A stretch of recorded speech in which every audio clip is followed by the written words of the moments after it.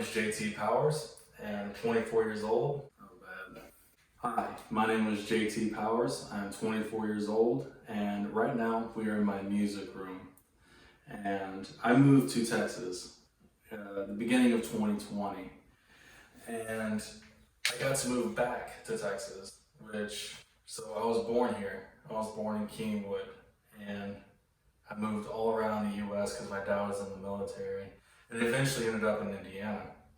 And so when I say I moved back to Texas, I moved back to Spring, Texas, which is the town next door to Kingwood.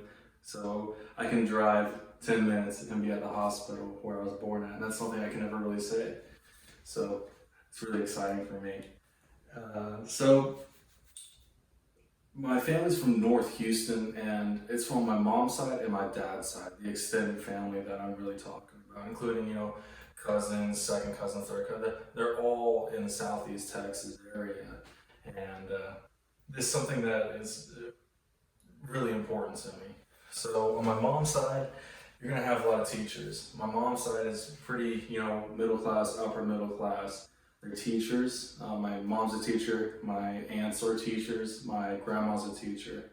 And so their behavioral tendencies towards communication is, you're gonna see a lot of shared meaning, that trait, because it's very necessary for their job to have a shared meaning. So when you communicate with them, let's say we're at a dinner table, and that's something that's really big on my mom's side, having dinners. If we're gonna make plans with anybody on my mom's side, it's always come have dinner, we'll cook something for you.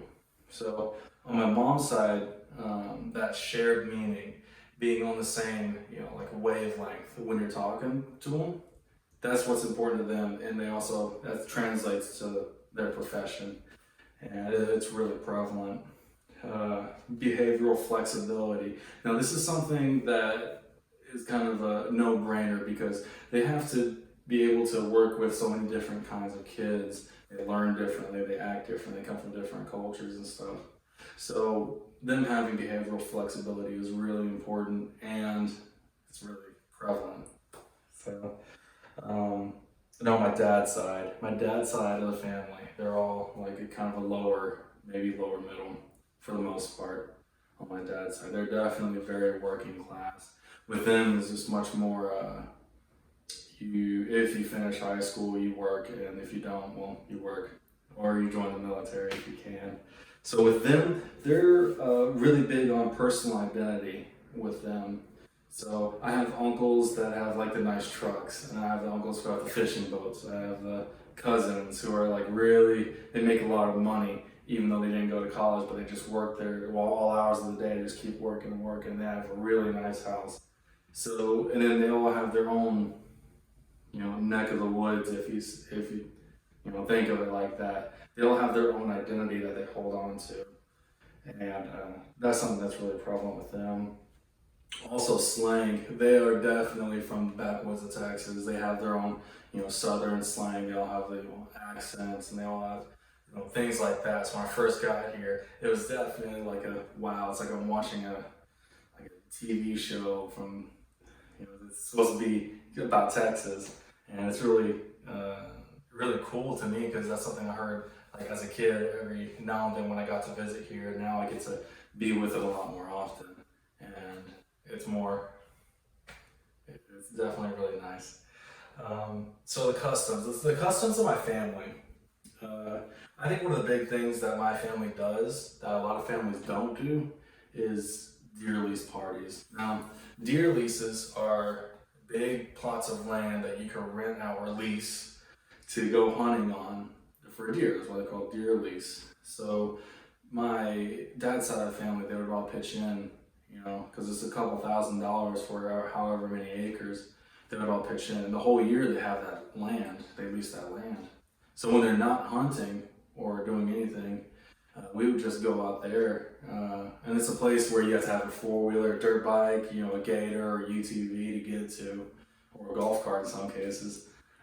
So you drive there, and then it's just neck of the woods. It's just a big clearing. I mean, there's trails, there's a pond right there, and there's a little cabin. Well, it's not little, it's pretty big, but it's big enough to, grill, have music, have, all the trucks are all pulled up, and that's how you have a party. And that's also where I got my love of music started. And music is very prominent towards, like, there's music always playing, but towards later in the night, you have a campfire always going on, and there's always people bringing guitars, bringing banjos, bringing whatever they need, and singing is definitely very prevalent. Everyone sings once you go down there. So I started playing, like, as a kid. I started playing guitar, and people were saying how good I was at it, and now it led to this. I have my own music room, so, and it's really nice. I have 4 guitars hanging up, and fiddle, piano, and so many more instruments. Jeez. Anyways, yeah. So that's really the customs and how each side of my family. The further I take this class, the further I go along this class and learn more words, I start to see those kind of traits in my family. And that's something that's really interesting to me. And I'm glad I got to talk to about it. So I appreciate you for listening.